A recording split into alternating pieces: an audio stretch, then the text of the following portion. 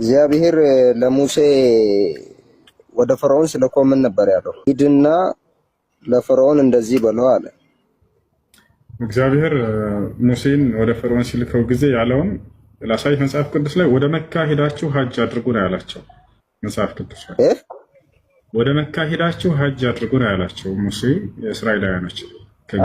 ከኛ መጽሐፍ እኮ ነው ማሳየ። አሁን እኔ ከቁርአኑ ሳይሆን እኔ እያልኩኝ ያለሁት መጽሐፍ ቅዱስ ላይ በእናንተ መጽሐፍ ላይ እግዚአብሔር ሙሴን ወደ ፈርዖን ሲልከው ወደ መካ ሄዳችሁ ሀጅ አድርጉ ነው ያላቸው። ሀጅ አድርጉ ወደ መካ የምለውን እስቲ ልታሳይን ትችላለህ? አለ እንደዛ የሚል አሳያለሁ። አብሽር ላሳይ። እሺ አሳይ። ብሉይ ኪዳን የተጻፈው በምን ቋንቋ ነበር ጉተማዬ? በዕብራይስጥ ነው አይደለ?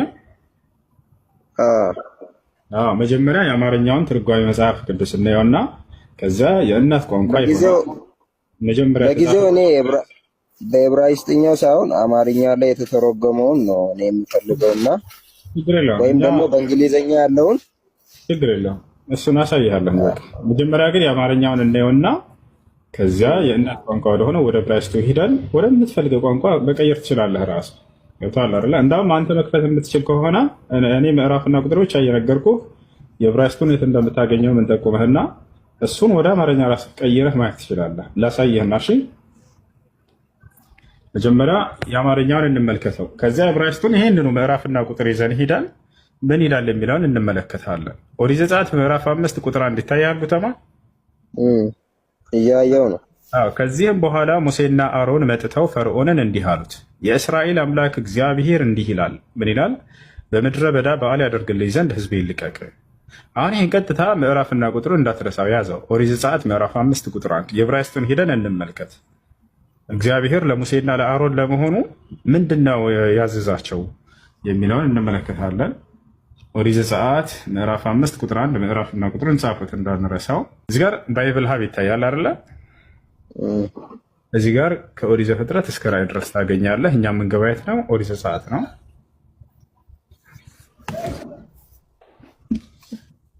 ኦሪት ዘጸአት ምዕራፍና ቁጥር እናስቀምጥ። እዚህ ጋር ምዕራፍ 5 ቁጥር 1 ነበር ያልነው።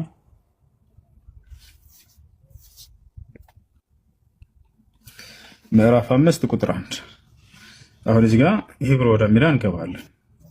ይሄ ሂብሩ ይታያል አይደለ? እቺ የሚለው ሂብሩ ላይ እንገባለን። ወደ አማርኛ እንቀይረዋለን። አሁን ይሄን ወደ አማርኛ እስኪ እንቀይረው።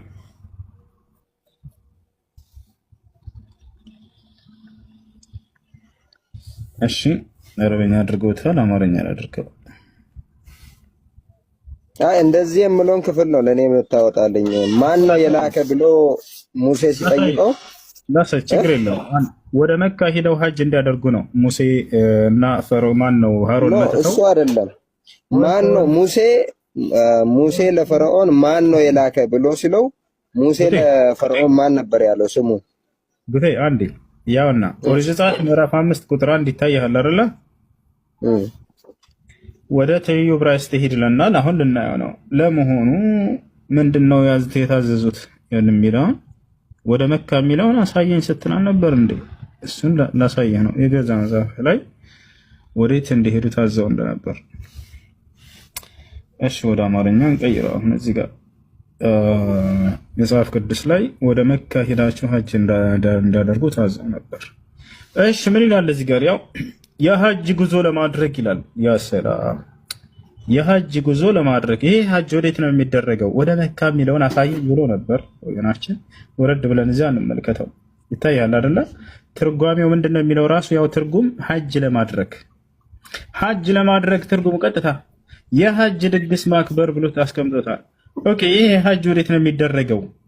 ምን ይላል እዚህ ጋር ጉተማዬ? ወደ አንብበው እስኪ ጉቴ።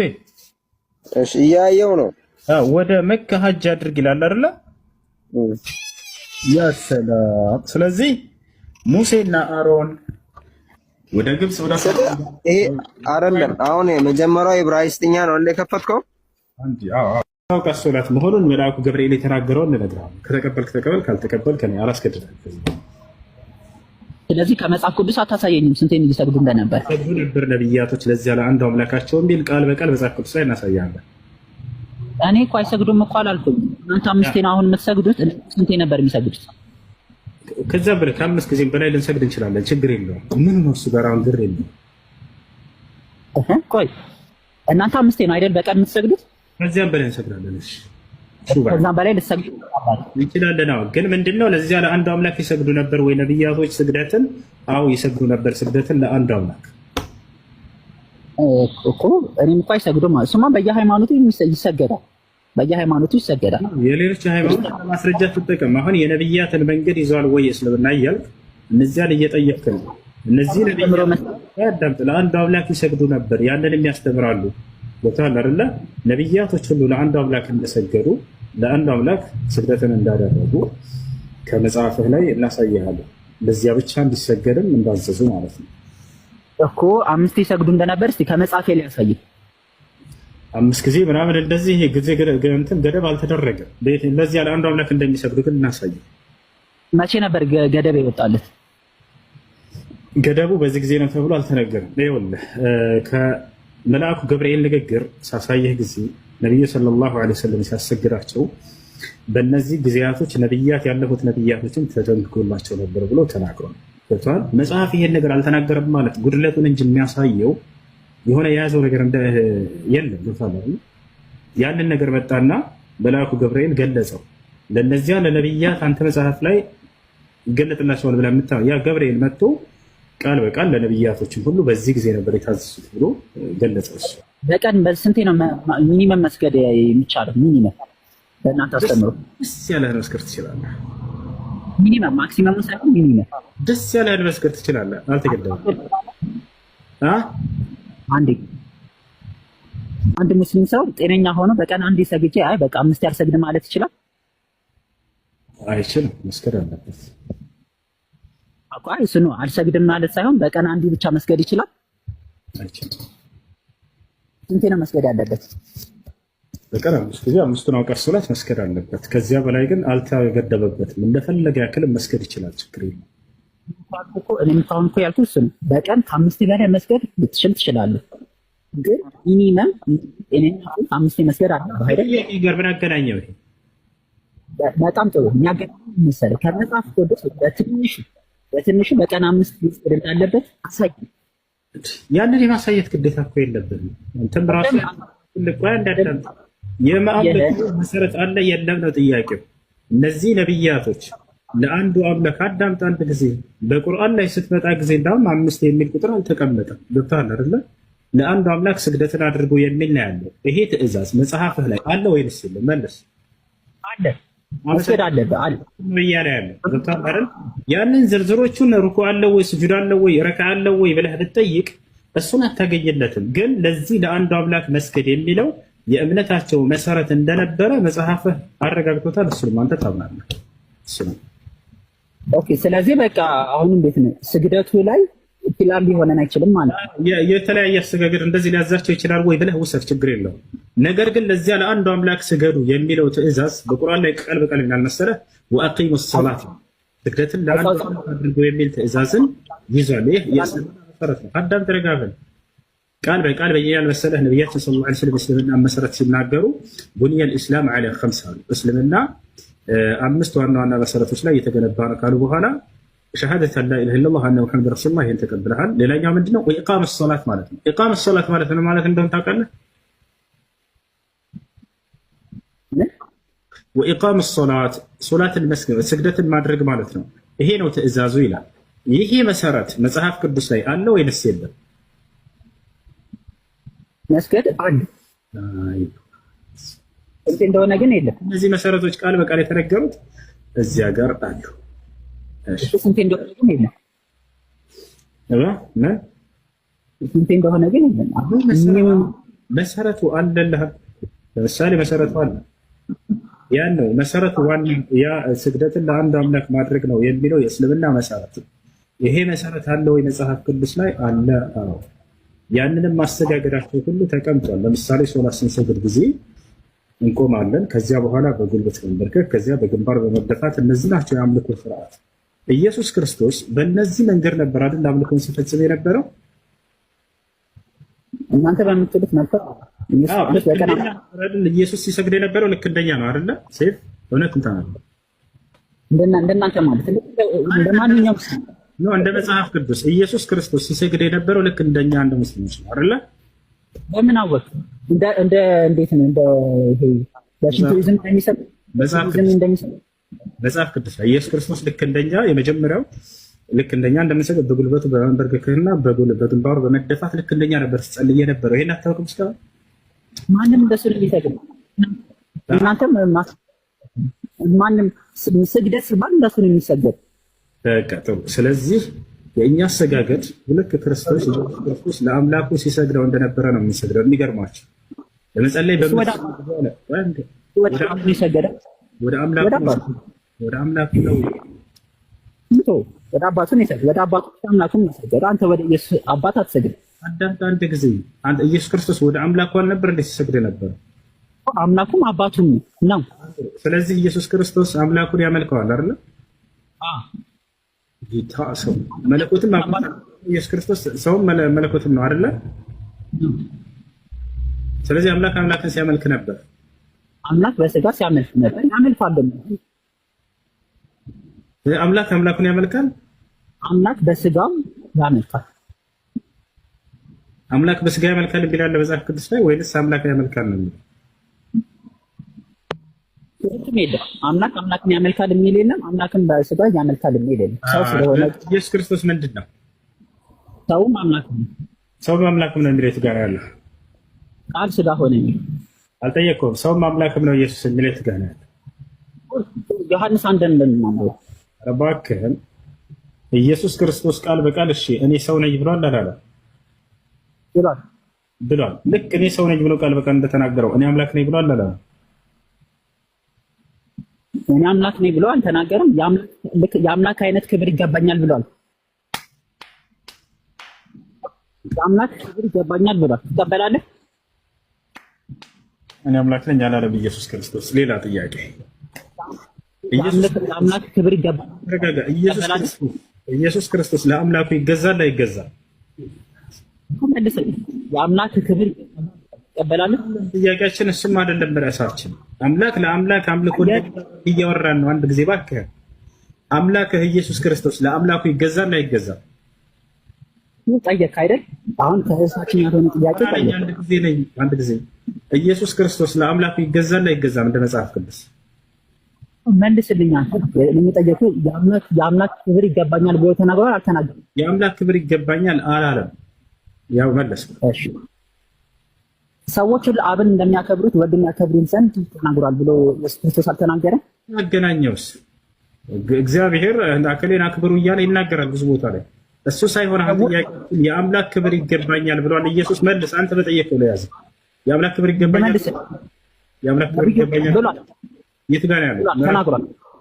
ምዕራፍ የት ጋር ነው ያለው? የቱ ጋር?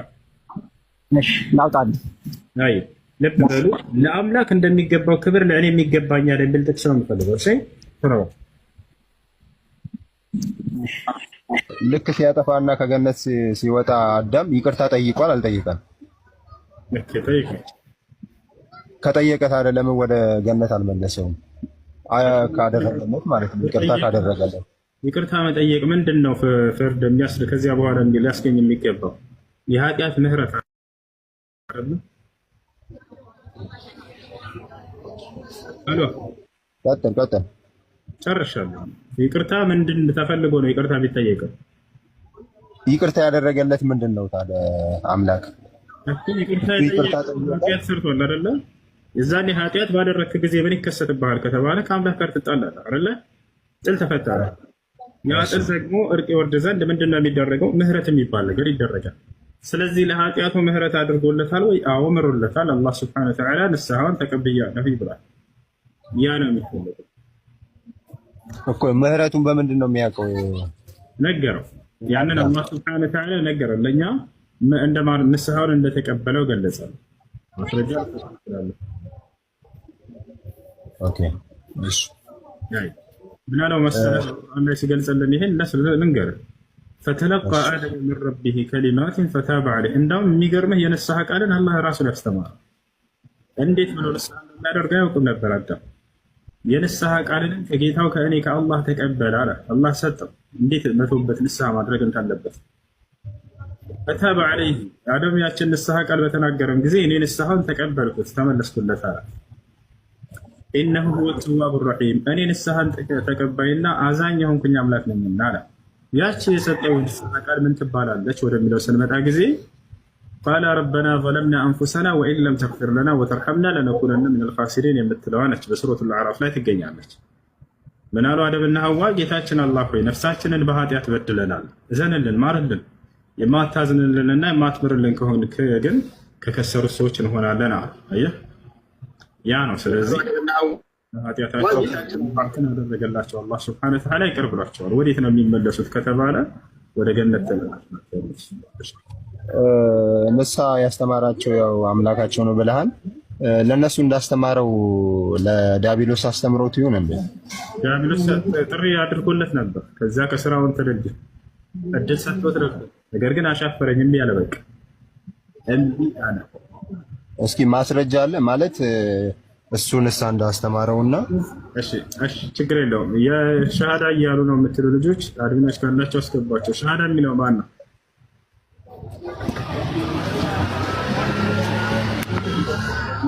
አዳምጥሽ። ሰይጣን ለአላህ ስብሐነ ወተዓላ ትእዛዝ አልፈጽምም ባለ አይደለ? ወዲያው ወርውሮታል ወይ? አልወረወረው። አላህ ስብሐነ ወተዓላ እንዲመለስ አቀረበለት። ቃለ ያ ኢብሊስ ማ መነዐከ አን ተስጁደ ሊማ ኸለቅቱ ቢየደይ። አደም ሆይ እኔ በእጆቼ ለፈጠርኩት ለአደም ስጁድ ከማድረግ ምንድን ነው የከለከለህ አለው። ታዘዝ፣ ትእዛዙን ፈጽም አለው። እዚያ እምቢ አለ። እሱ ምን አለ? ቃለ ኸለቅተኒ ሚን ናሪን ወኸለቅተሁ ሚን ጢን አለ። እኔ በፍጹም አላደርግም። አስጁዱ ሊመን ኸለቅተ ጢና፣ አፈር ለፈጠርከው ፍጡር እኔ ከጭቃ ለፈጠርከው ስጁድ አደርጋለሁ? በፍጹም አላደርግም ብሎ እዛ አሻፈረኝ ብሎ እምቢ አለ። አላህ ሱብሓነሁ ወተዓላ ኢላ ኢብሊስ አባ ብሎ ገለጸው። ኢብሊስ ሲቀር ግን እርሱ እምቢ አለ። እስተክበረ ወካነ ሚነል ካፊሪን፣ ትእዛዜን ከመፈጸም ቆራ ከካህዲያኖች ሆናል። ከዚያ በኋላ አላህ ሱብሓነሁ ወተዓላ ውጣ አለው። ከዚህ ቃለ እኽሩጅ ሚንሃ መዝሙመን መድሑራ፣ የተዋረድክና ዝቅ ያልክ ከሰማይ ውጣ። ለመን ተቢዐከ ሚንሁም ለአምለአነ ጀሃነመ ሚንኩም አጅመዒን አለ። በአንተና አንተን በተከተሉህም ጀሃነምን እሞላታለሁኝ አለ። በማን ነው የሚሞላት? በሰይጣንና ሰይጣንን በተከተሉ እንዲህ ብለው ልክ እንደርሱ ትእዛዙን በካዳት አሉት።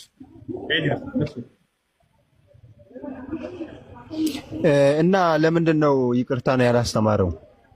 ታዘዘው። አሁን በነገርከኝ መሰረት ታዘዘው። ኦኬ ስገድ አለው ለአሕዛብ። ቆይ አንዴ አዳምጠኝና ለአዳም ስገድ አለው። በዛን ጊዜ አንተ እኔን ከእሳትና ከንፋስ ፈጥረኸኝ እሱ ከጭቃ ከፈጠርክ እንዴት ሰግድለታለሁ አለ። አልታዘዛለሁ። ከዛ ልታዘዝ ሲል አምላክ ጣለው አይደለ? ከገሃነም ከነሱ መካከል አልጣለውም። ወዲያው እያልኩ ነው። ወዲያው አልጣለው አቀረበለት እያልኩ ነው። ምን ይሄን አታደርግ? ምን አቀረበለት? በቃ ትእዛዙ ፈጽም የሚል እንትን አቀረበለት። አይ እኔ ትእዛዝ ነው የሰጠው አይደለ? እንደ አደም ትእዛዝ ነው የሰጠው። ይኸውልህ አዳም ሰውዬው እባክህን የመጀመሪያው ትእዛዙት እንዳመፀ አልጣለውም። አንተ እንደዛ አስበህ ከሆነ ስህተት ነው እሱ።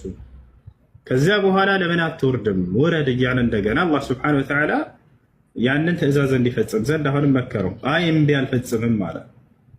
አየህ፣ አደምስ ምን አደረገ? ወዲያው አላህ በተቆጣው ጊዜ በቃ አጥፍቻለሁኝ አለ። ይቅር በለኝ አምላኬ አላህ ይቅርታህን እሻለሁኝ አለ።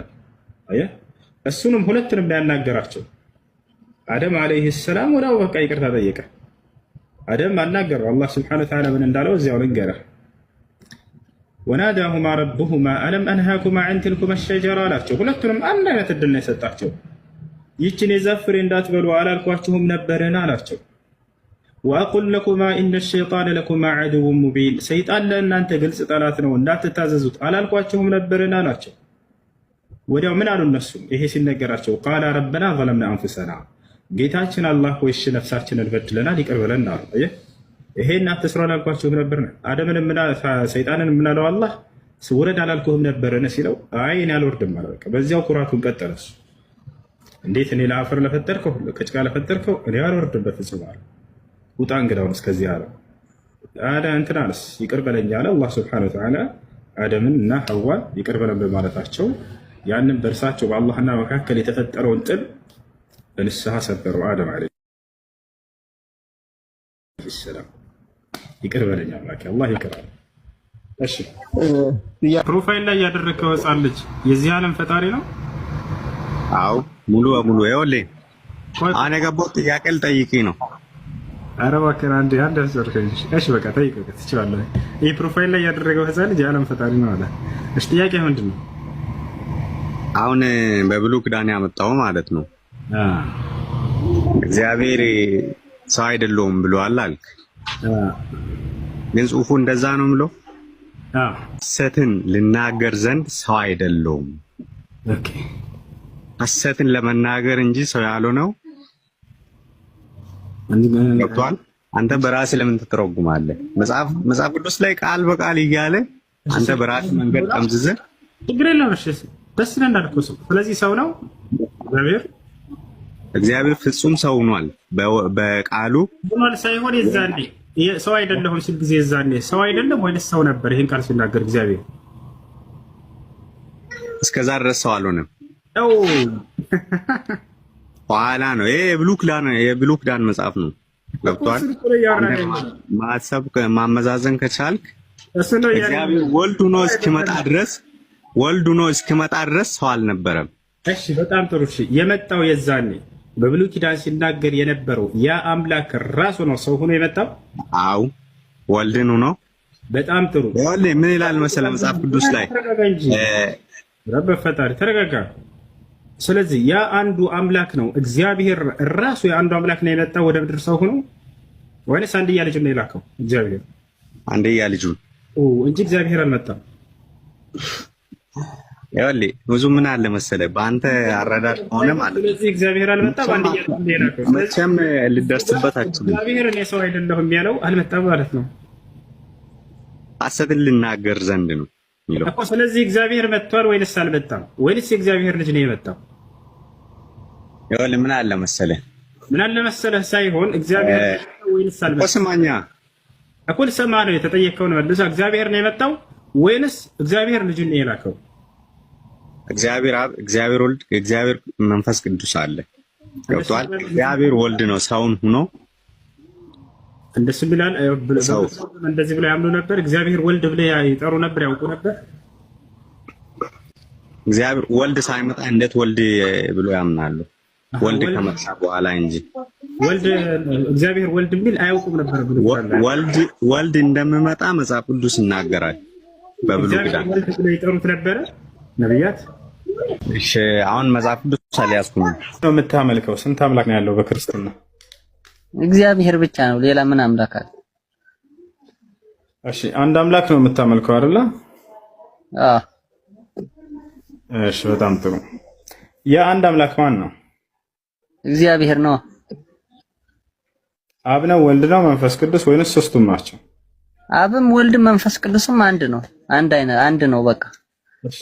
እሺ አብ፣ ወልድ፣ መንፈስ ቅዱስ አንድ አምላክ ነው የሚላል መጽሐፍ ቅዱስ ላይ። እሱ ምን መሰለህ እግዚአብሔር ቃል ነበር ይላል ዮሐንስ ወንጌል 20 ላይ አንድ ላይ ያላይተውም እንዴ? ቃል እግዚአብሔር ቃል ነበረ። ቃሉ ነው እሱ የተለያየው እንጂ አንዱ እግዚአብሔር ነው። ግን እኛን ለማዳን ሲል ወደ መሬት ሲመጣ ይኸው በቃሉ ነው የመጣው ወደ መሬት ማለት ነው። ኢየሱስ ክርስቶስ ማለት እግዚአብሔር ራሱ ነው፣ ግን በስጋ ተገልጦን የመጣ ለዛ ነው ሶስት ብለን እንጂ አንድ ነው። ኢየሱስ ክርስቶስ ማለት እግዚአብሔር ነው፣ በስጋ ስለመጣ ነው ወደ መሬት ማለት ነው። ወሬ ይኸውልህ አዳምጥኝ እባክህ ለነፍሳቸው እዘኑላት። ነፍሳችሁን በጣም ውደዱ። እኔ ልንገራችሁ በመጀመሪያ ነፍሳችሁን በጣም ውደዱ። ነፍሳችሁን ከጥፋትም ራሳችሁ ናችሁ የምትጠብቋት፣ ልታድኗትም የምትችሉበት በራሳችሁ እጅ ነው ያለው። ያን የምትድኑበትንና የምትጠፉበት መንገድ በነቢያት በኩል ተቀምጦላችኋል። መጽሐፍ ቅዱስ ላይ አንድ አምላክ ብቻ እንዳለ ያስተምራል። ያ አንድ አምላክ ማን እንደሆነም ተቀምጧል። ግን እናንተ ክርስቲያኖች ያንን አታምኑበትም። እንዴት በሉ? ክርስቲያኖች አንድ አምላክ ብለው የሚያምኑት አብ፣ ወልድ፣ መንፈስ ቅዱስ አንድ አምላክ ነው ብለው ነው የሚያምኑት። የትኛውም ቦታ ላይ ግን ከኦሪት ዘፍጥረት እስከ ራዕይ ድረስ አብ ወልድ መንፈስ ቅዱስ አንድ አምላክ ነው የሚል የለም። የመዳንና የመጥፋታችሁ ዋና ቁልፍ ያለው በቃ እዚህ ስለ አምላክ ጉዳይ ላይ ነው። ያ አንድ አምላክ አብ ወልድ መንፈስ ቅዱስ ነው ብላችሁ መጽሐፉ ላይ ማስረጃ ካላገኛችሁ ወረብል ከዕባ በአላህ ስብላል አትልም። የምትድኑት አንድ አምላክ ተብሎ የተገለጻለ ነብያቶች ሁሉ የሰበኩት አንድ አምላክ ያን አምላክ ፈልጋችሁ ስታገኙ ጊዜ ነው። ገብታችኋል? ያን አምላክ ፈልጋችሁ ስታገኙ ጊዜ ነው። ክርስቶስ ታዲያ ምንድን ነው ከተባለ ክርስቶስ አምላክ እንዳለው ነው ያስተማረው። ሌላኛው ነገር እኔ አምላክ ነኝ ብሎ አላስተማረም። የትኛውም የመጽሐፍ ቅዱስ ስፍራ ላይ ክርስቶስ እኔ አምላካችሁ ነኝ አምልኩኝ ብሎ አላስተማረም። ይልቁንስ አምላክ እንዳለው ነው ያስተማረው። እናንተ ደግሞ የናታም አይ ራሱ አምላክ ነው ብላችሁ ነው የምታምኑት። ታዲያ ክርስቶስን መቃወም ትፈልጋላችሁ? ክርስቶስን መቃወም ትፈልጋላችሁ? ክርስቶስ እኔ አምላክ አይደለም